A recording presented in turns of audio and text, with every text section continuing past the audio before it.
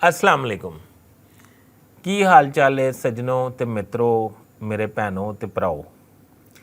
मैं ताड़ी खिदमत च एक अर्ज करना चाहना, मेरा चैनल सबसक्राइब कर लो, बैल आइकन दे बटन नूं दबा दिओ ताकि मेरे प्रोग्राम वक्तन फवक्तन ताड़ी खिदमत च पेश होंदे रहन। मैं अर्ज़ करना चाहना कि एक पार्टी नवीं बनी सी जिहदा नां सी इस्तेकाम पाकिस्तान पार्टी या पाकिस्तान इस्तेकाम पार्टी।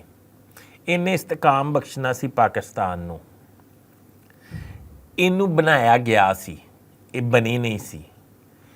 अच्छा, बना के इनू एरे हालत ही छड़ दिता गया। और नाल हो गया हथ किन्ने कीता? नून लीग ने।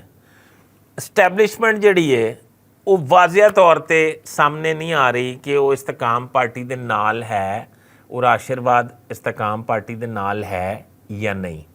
इस वास्ते जिहड़े सियासी वड्ड वडेरे ने वो ਇਹ सोच रहे ने कि अगर असी यह पार्टी शामिल हो जाइए, ये ना होए कि एरा आने वाला वक्त जिहड़ा है वो तारीक हो जाए।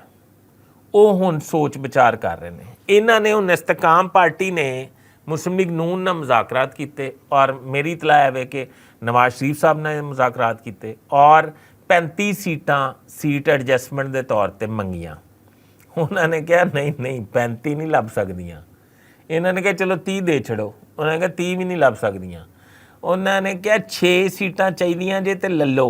और एक जहांगीर तरीन साहब की सीट है, एक अली तरीन साहब की सीट है, एक अलीम खान साहब की सीट है, एक नुमान लंगड़ियाल साहब की सीट है, एक इसहाक खाकवानी साहब की, एक ओन चौधरी साहब की। तो ओन चौधरी साहब आखते ने कि मेरे भरा दी भी एक सीट दे छड़ो।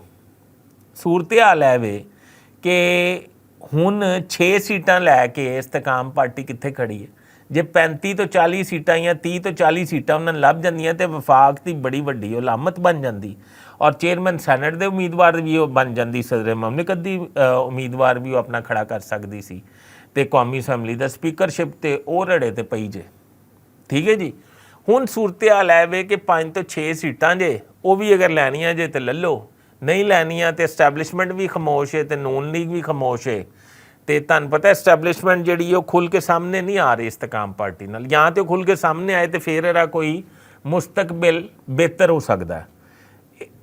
वो एस्टैबलिशमेंट खुल के सिर्फ वजीर आजम के नाल ही है, होर किसी सियासी पार्टी नाल नहीं है। तुहानूं पता पहले ही वंडियां पईयां ही हैं, रौला पिया है और मसला पिया है कि मैनू सदारत दे दिओ, मैनू कौमी असैंबली दे दिओ, मैनू चेयरमैन सैनट दे दिओ, तो मैनू प्राइम मिनिस्टरशिप दे दिओ, तो मैं चीफ मिनिस्टर ही बनना जे।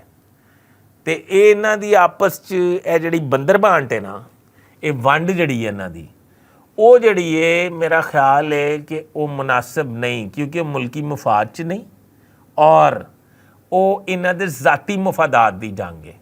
हुण फजल रहमान साहब भी पहुँच गए दुबई, वेख लेना की करते हैं नवाज शरीफ ना, उन्होंने सदर तो थल्ले नहीं जे मनना। मेरा चैनल सबसक्राइब कर लो। अपने होस्ट अपने वीर फैसल इदरीस भट्ट को इजाज़त दिओ।